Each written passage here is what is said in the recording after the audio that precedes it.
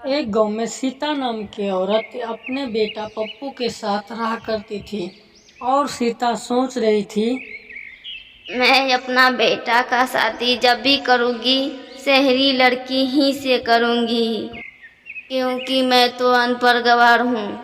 क्योंकि मेरी बहू शहरी आएगी तो पढ़ी लिखी होगी और अपने घर परिवार को सही से संभालेगी। एक महीना बाद उसका बेटा जब पप्पू शादी करके लाया तो उसका बहू बोल रही थी, सुनो जी, हम इस घर में एक पल भी नहीं रहेंगे। मुझे अपनी मायके दे आइए, क्योंकि इस घर में ना तो बाथरूम है ना तो किचन है। मैं शादी करने से पहले ही तुम्हें बोल दिया था कि मेरे पास एक छोटा सा ही घर है और मैं उसी में गुजारा करता हूँ। उसका सपना था कि शहरी बहू आएगी तो घर परिवार को अच्छे से संभालेगी, पर तू तो उसका सपना ही चूर कर दी। यह सब बात सुनकर उसका माँ वहाँ से दुखी मन से घर से बाहर चल दिए। और इधर पप्पू बोला, तुम तो शादी से पहले मेरे मन में बहुत ही अच्छा ख्याल सजाई थी, क्योंकि बोल रही थी जो है जितना है मैं उसी में खुश रहूंगी।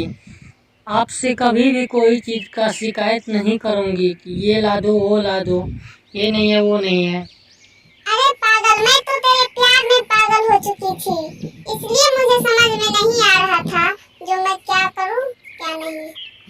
इसीलिए मैं तेरे साथ शादी कर ली। मुझे क्या पता था इतना छोटा सा घर में रहेंगे हम। छोटा तो छोटा, मेरे हिसाब से तो यहाँ पे कुछ भी नहीं है, इसलिए मुझे मेरी मायके ही जाना है। इधर बुढ़िया घर के बाहर में बैठ करके चाय पीते पीते बरबरा रही थी। हाय राम, ये मैंने कैसा सोच ठान लिया था। मुझे क्या पता था शहरी बहू आएगी तो ऐसे ही मेरे साथ करेगी। मैं तो अपने बेटे के भला के लिए सोच रही थी। मेरा बेटा का तो जिंदगी ही खराब हो गया। सामने से गांव के कुछ औरतें गुजर रही थीं, जो कि आपस में बात करते हुए जा रही थी। अभी उसका नज़र सामने बैठी सीता पर पड़ी और तभी वो लोग बोला,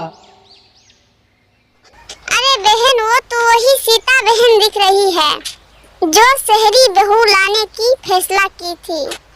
चलो तो पूछते हैं कि उसका शहरी बहू कैसी है। इतना बोलते ही वे दोनों वहाँ पे पहुँच गए। अरे सीता बहन, आप शहरी बहू लाई कि नहीं लाई है? अरे सीता बहन, मैं तो मजाक कर रही थी, आपके घर में मैं तो देखी थी। शहरी बहू तो आपकी अच्छी है। अरे फूटी मेरी किस्मत, शहरी बहू लाने के सपना तो देखी थी, पर ऐसी होगी मुझे तो अंदाजा भी नहीं था। अब मैं क्या करूँ?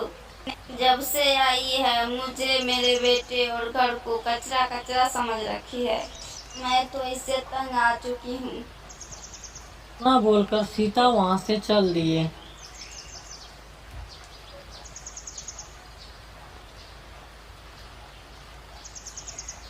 सीता अपने घर पहुँचने के बाद वो अपने बेटे को बोला, बेटा, बहू को लेके चले जाओ उसके मायके। यहाँ पे उसकी मन भर चुकी है।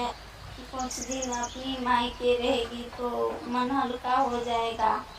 वहाँ पे ये शहरी घर में रह चुकी है, इसीलिए इसको छोटा घर में मन नहीं लग रहा है। उसका बहू बोली, सुन बुढ़िया, तुम ये झोपड़ी में पड़े रहो, हम दोनों चलते हैं अपनी मायके में रहेंगे।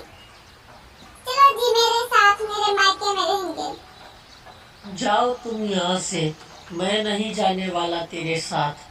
तुमने बहुत मेरा और मेरी माँ का बहुत ही बेइज्जती कर चुकी है। साथ साथ में मैं जहाँ बचपन से रह चुका हूँ उस घर को भी तुमने कचरा बना दिया है, इसलिए मैं तेरे साथ कभी नहीं जाऊँगा। न सुनते ही बहू अकेली वहाँ से चल दी है। फिर कुछ महीने बीत जाने के बाद बहू को जब मायके में उल्टा सीधा लोग बोलने लगे तो बहू फोन लगाया। सुनते हैं जी, मुझे वहाँ पे जाना है, मुझे यहाँ पे नहीं रहना है। अरे क्या बोली तुम? कौन सी घर आएगी? ये तो घर कचरा है, फिर तुम यहाँ पे कैसे आ जाओगी फिर से? नहीं जी, मुझे माफ कर दो, वही मेरा घर है, वही मेरा सारा कुछ है। अब ऐसा गलती कभी नहीं करूँगी। नहीं, तुम मेरे घर को घर नहीं नर्क समझ के रखी थी। बस मुझे एक मौका दे के देखिए, अब मैं सुधर चुकी हूँ। अब मुझे समझ में आया ससुराल कैसे भी हो उसका इज्जत करना चाहिए। ठीक है, फिर आ जाओ तुम अकेली, जैसे गई थी वैसे ही आ जाओ। न बोलकर बहू को अपने घर पे बुला लिया और बहू वहाँ पे चल दिए।